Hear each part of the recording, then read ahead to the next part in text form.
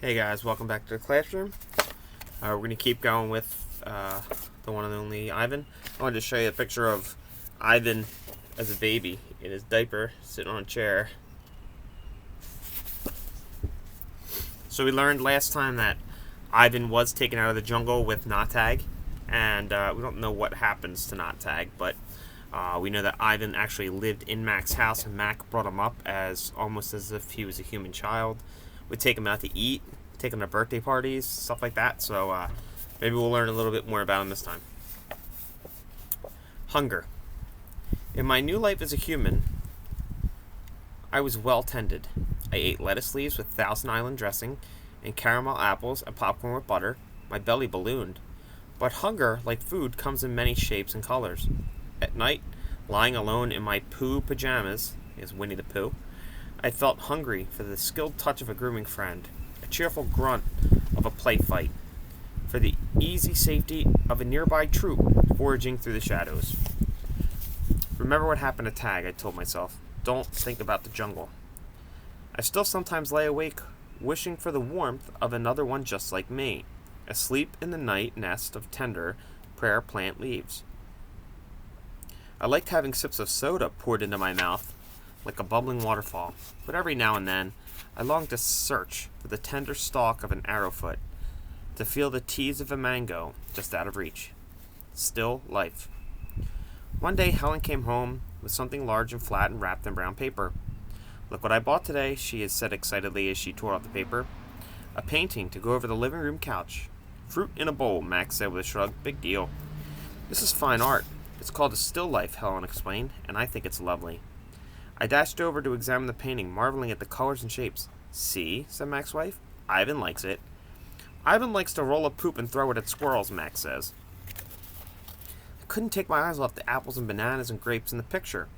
They looked so real, so inviting, so edible.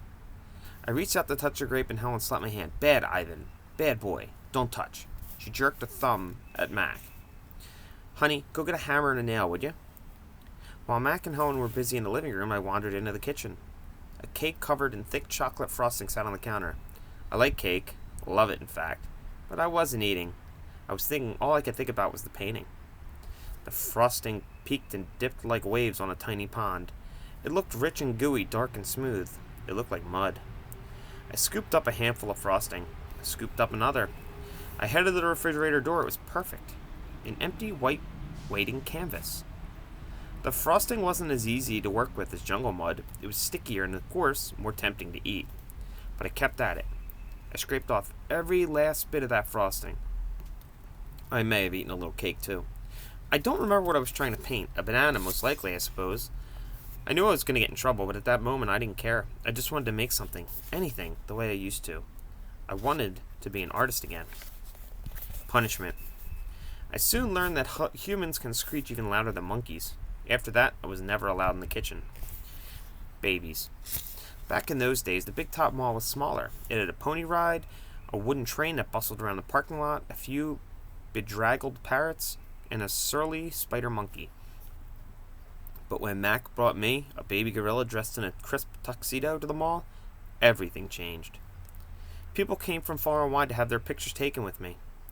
They bought me blocks and toys and a guitar. They held me in their lap. And I even held a baby in mine. She was small and slippery, bubbles flowed from her lips. She squeezed my fingers. Her rear was puffy with padding. Her legs bowed like bent twigs.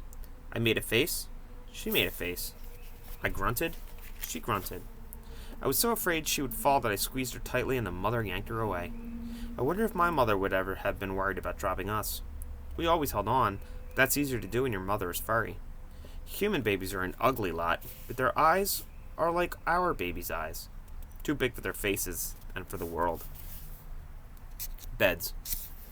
One day, after many weeks of loud talking, Helen packed a bag and slammed the front door and never came back. I don't know why. I never know the way of humans. That night, I slept with Mac in his bed.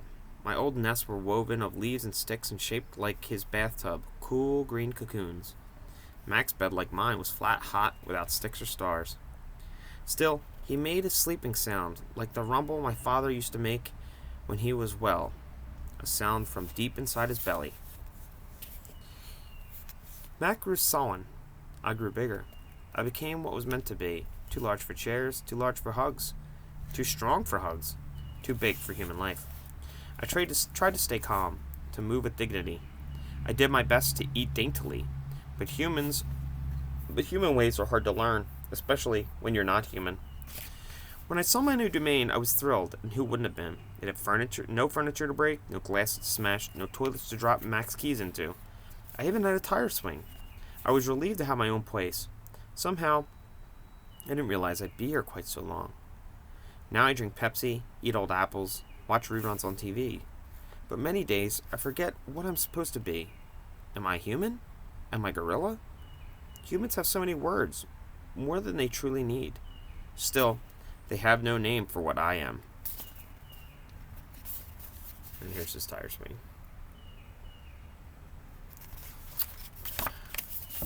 Alright, and that's it for today. We'll see you tomorrow back in the classroom.